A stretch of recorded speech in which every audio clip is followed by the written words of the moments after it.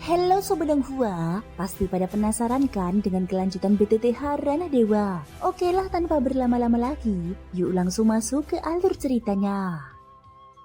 Di episode sebelumnya, setelah memastikan semua dalam kendali, Xiaoyan menerima panggilan menuju medan perang tertinggi epis bintang tersembunyi. Arena yang mengumpulkan para puncak kekuatan dari berbagai era dan berkaitan dengan kekacauan. Dengan persiapan penuh, Xiaoyan memasuki arena tersebut dan mendapati dirinya berada di hadapan seorang lawan misterius yang juga memiliki aliran kekacauan. Keduanya sama-sama menjadi petarung di arena kosmik yang diawasi oleh entitas tak terhitung jumlahnya. Menandai awal pertempuran tingkat tertinggi yang akan menentukan jalan kekuatan selanjutnya bagi Xiaoyan. Di tempat aneh ini, Xiaoyan segera menyadari satu hal penting. Tidak mungkin mengetahui identitas lawannya melalui kata-kata. Bahkan sebenarnya, identitas memang tidak lagi berarti di sini. Seolah ada kekuatan tak kasat mata yang mencekik tenggorokan dan membungkam jiwa. Bahkan transmisi suara melalui kekuatan spiritual pun tak bisa keluar lebih dari 3 ci dari tubuh. Akibatnya, kedua sosok itu hanya saling berhadapan dalam keheningan mutlak. Inilah salah satu hukum jurang hati penyembunyian dewa. Segala bentuk bahasa dan komunikasi jiwa dilenyapkan sepenuhnya. Di wilayah ini,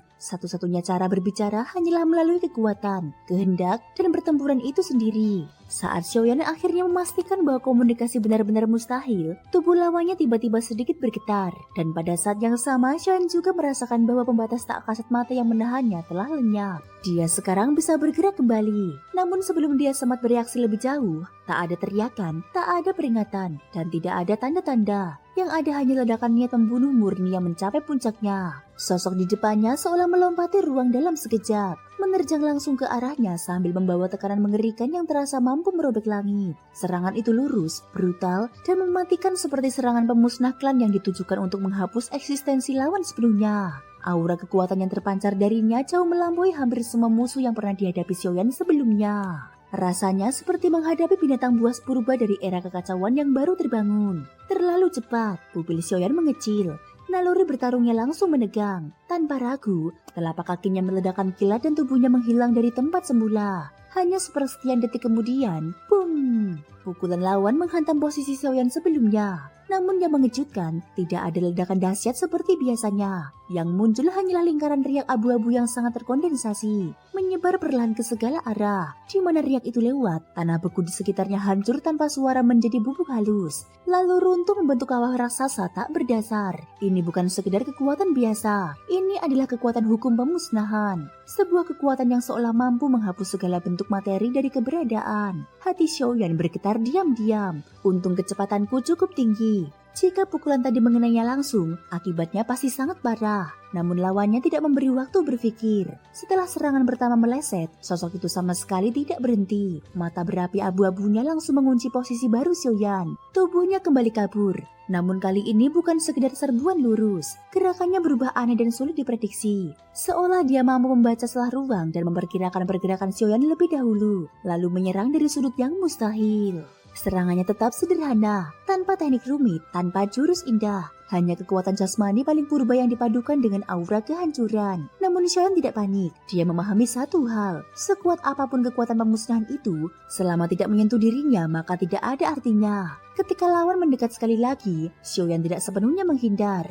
Sebaliknya dia memilih melakukan serangan balasan mendadak menggunakan kekuatan jiwa dari tubuh aslinya yang jauh di alam dewa 9 langit. Teknik jiwa tingkat tinggi pun dilepaskan. Jari penghancur hunduan, sebuah duri jiwa tak kasat mata, terkondensasi hingga ekstrim, melesat diam-diam menuju mata berapi abu-abu lawan. Titik kesadarannya, satu jari penakluk jiwa, teriak Xiaoyan dalam hati. Namun yang mengejutkan, lawannya tampak sudah memperkirakan serangan ini. Atau mungkin kehendaknya memang sekeras batu abadi. Api abu-abu di matanya tiba-tiba melonjak, membentuk lapisan perlindungan tak kasat mata. Duri jiwa Xiaoyan menembus masuk, namun seperti sapi lumpur tenggelam ke laut. Hanya riak kecil muncul, lalu seluruh kekuatan jiwa itu dilahap habis oleh api abu-abu tersebut. Tak berpengaruh sama sekali, jantung Xiaoyan bergetar. Lawan ini bukan hanya memiliki tubuh fisik yang luar biasa kuat, pertahanan jiwanya juga mengerikan. Api abu-abu itu jelas memiliki efek penekan ekstrim terhadap energi dan jiwa. Namun Xiaoyan tetap mendapat sesuatu dari benturan singkat tadi. Melalui resonansi tanda takdir di dahinya, dia menangkap informasi penting. Di balik sirah lawan mengalir darah ki yang dahsyat seperti lava, disertai tekanan alam yang dalam dan berat seperti inti bumi. Kesimpulan langsung muncul di benaknya. tingkat kelima alam inti bumi. Dia langsung memahami level kekuatan lawannya. Seperti yang pernah dikatakan Huachan, para ahli dari berbagai era berkumpul di medan ini. Xiaoyan sudah menghadapi cukup banyak ahli tingkat kelima sebelumnya, tetapi orang di depannya ini jelas lebih ganas, bahkan melampaui Yao Nantian, Ping Leidong, dan lainnya pada tingkat yang sama. Begitu hukum kekuatan lawan terbaca, keraguan dalam mata Xiaoyan lenyap. Yang tersisa hanya semangat tempur membara. Tanda takdir di dahinya bersinar terang. Beresonansi melintasi ruang tanpa batas dengan tubuh aslinya di alam dewa 9 langit. Seketika aura yang jauh lebih liar, lebih purba, dan lebih mendominasi daripada lawannya turun ke medan pertempuran. Seolah berasal dari awal penciptaan langit dan bumi.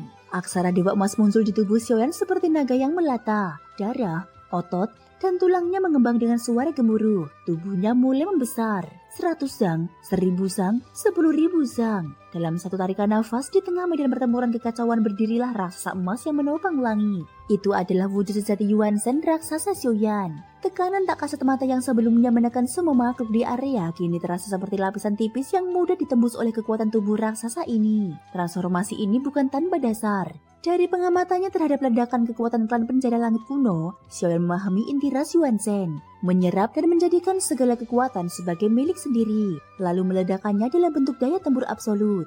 Di mata lawannya yang berapi abu-abu, untuk pertama kalinya muncul kejutan nyata. Bahkan dia pun terguncang oleh perubahan yang melampaui nalar ini. Namun Xiaoyan tidak memberi waktu bereaksi. Dengan aura darah purba dan tekanan ruang yang bergemuruh, telapak tangan emas raksasanya menggenggam udara. Ruang di sekitarnya langsung terdistorsi hebat, dan sebuah pilar batu raksasa berbalut aura kekacauan kuno muncul di tangannya. Artefak suci ras Yuan Shen dari dunia Taisu, Pilar Tianjun. Pada saat ini otot lengan raksasa Xiaoyan menegang seperti naga berpilin. Dia mengangkat pilar yang bahkan lebih berat daripada pegunungan 10.000 zang, lalu mengayunkannya ke arah sosok kecil di bawahnya. Senkai, tak ada teknik, tak ada jurus, hanya kekuatan murni, penindasan absolut. Setiap hantaman pilar Tianjun membuat ruangan beraung. Tanah di bawahnya retak seperti kaca rapuh, runtuh menjadi debu kekacauan. Gelombang kecut yang dihasilkan menyapu hingga tepi tribun melingkar yang jauh, membuat miliaran bayangan penonton samar bergetar. Namun Senkai menunjukkan ketangguhan luar biasa. Tubuhnya kecil dibanding raksasa itu, tetapi kecepatannya seperti hantu.